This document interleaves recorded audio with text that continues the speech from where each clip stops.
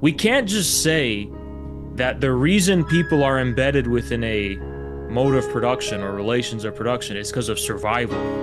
Because then we're biological determinism, and then the distinction between man and animal collapses.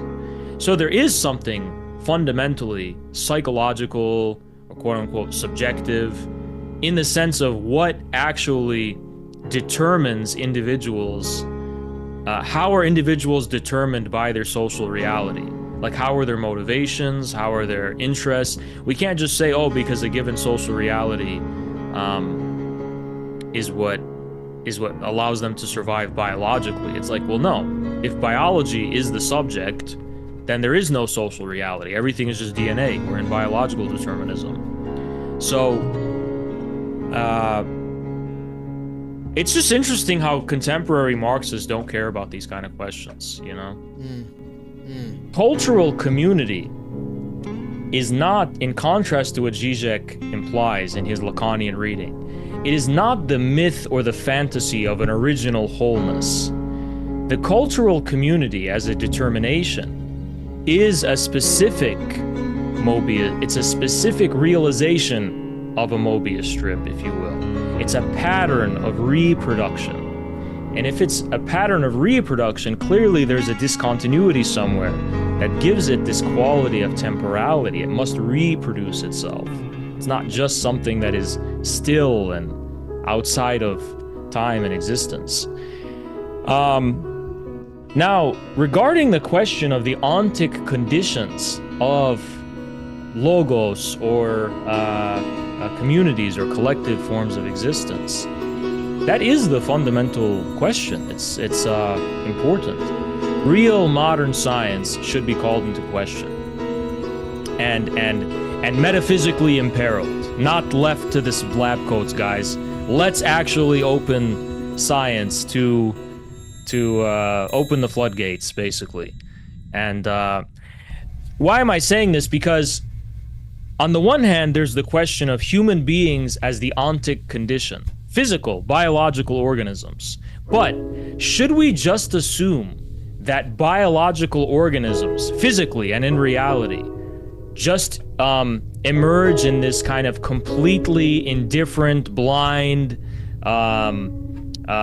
meaningless physical reality that is the exclusive privilege of modern scientific thinking? That is precisely where I think Marxism should say no. Actually, the cause of the ontic conditions themselves, the human biology, the organism, the history of natural science, so to speak, what distinguishes man from animal is that, in contrast to animals, that cause, the whole of the cause, the biological, the cosmological, the geological, that is object for man. That is an object for man. That's in front of man. You see, maybe it's in front of animals as well as their cause. But this cause that impels us toward the future, which is simultaneously the cause that is responsible for the whole of our being and existence, cosmologically, biologically, and so on and so on. And that cause, that as object cause is, that's Lacan's word, right? Object cause.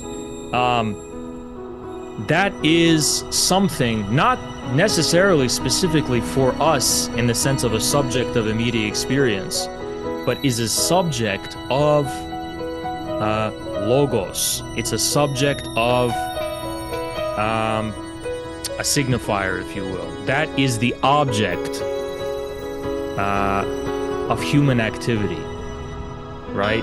The logos.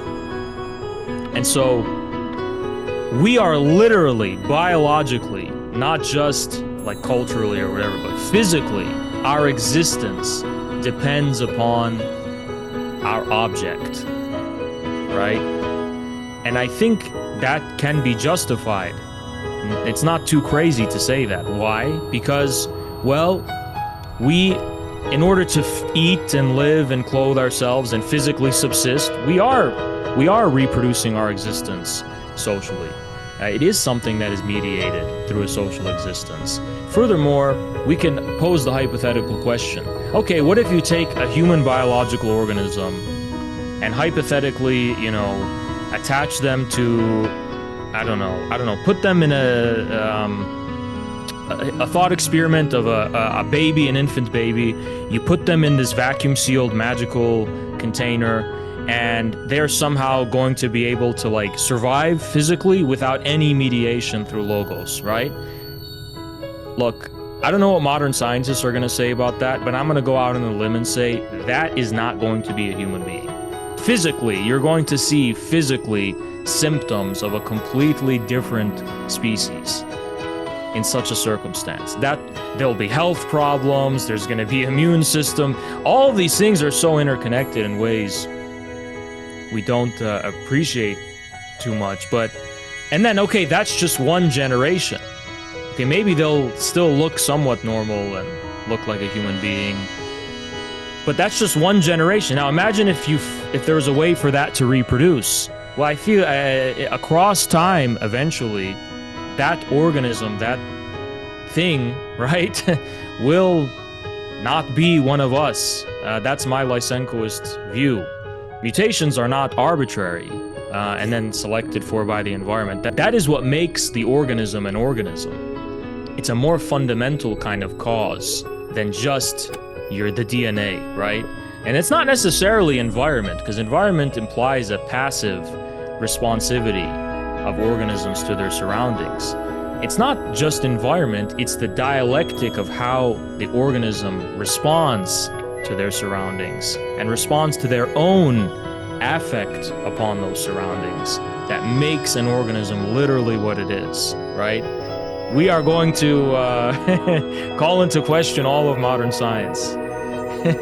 Well, by modern science, I just mean like the specific assumption that reality is a completely blind, irrational, arbitrary, random, meaningless sphere. And then the minute we have language and subjectivity, that's where meaning arises from.